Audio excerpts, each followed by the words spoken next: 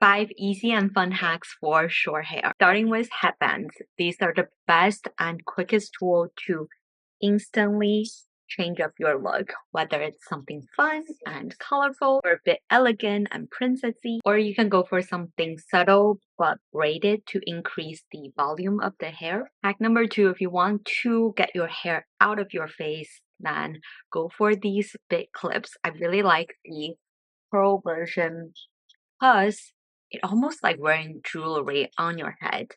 And because they're quite big, they do a really good job of pulling the hair out of your face. So you have a very clean but also sleek and fun look. If the pro ones are too out there for you, you can always go for the itty bitty ones that's the same color as your hair. Even though they're tiny, they also do a really good job of pulling the hair out of your face. Hack number 3 are hair cloths, and specifically go for the medium volume ones. This is probably my favorite. If you use these hair cloths to secure half of the hair, because in the front you can almost play around with the height here to create more volume and a more flattering look. This cocktail one is so fun. I like to clip it on the side. Hack number 4 is to use a scrunchie, and not your average scrunchie. Go for the super oversized one because it just creates a more